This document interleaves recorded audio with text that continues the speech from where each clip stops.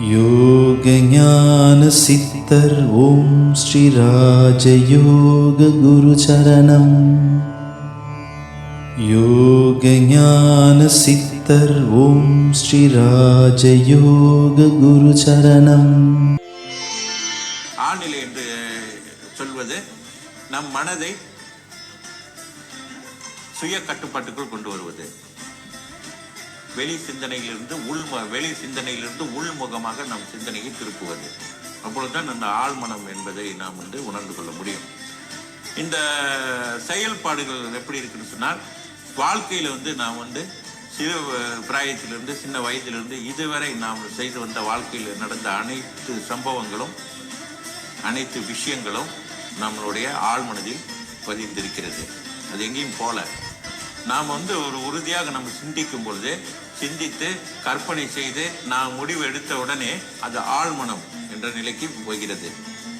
ஆழ்மனத்திற்கு சென்று அங்கிருந்து பிரபஞ்சத்தோடு அது தொடர்பு கொண்டு நமக்கு தேவையான விஷயங்களை நமக்கு திரும்பவும் நம்மளிடத்திலே கொண்டு சேர்க்கிறது.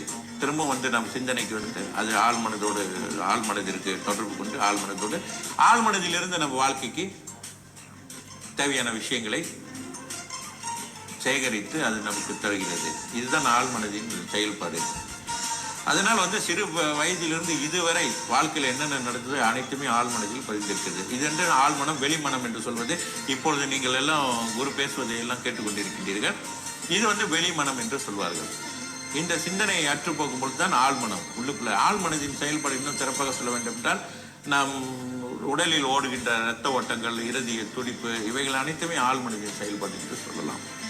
இந்த ஆழ்மனதிற்கு நீங்கள் என்னென்ன விஷயங்களை, என்னென்ன நல்ல கருத்துக்களை உங்கள் ஆழ்மனதிற்கு நீங்கள் செலுத்தி அவைகளை நினைக்கின்றீர்களோ, ஆழ்மனதில் நீங்கள் போடுகின்றீர்களோ அந்த கருத்துக்களை, அவைகள் வாழ்க்கையிலே நிச்சயமாக சிறப்பான முறையிலே அந்த விஷயங்கள் உங்களுக்கு நடந்தேறும்.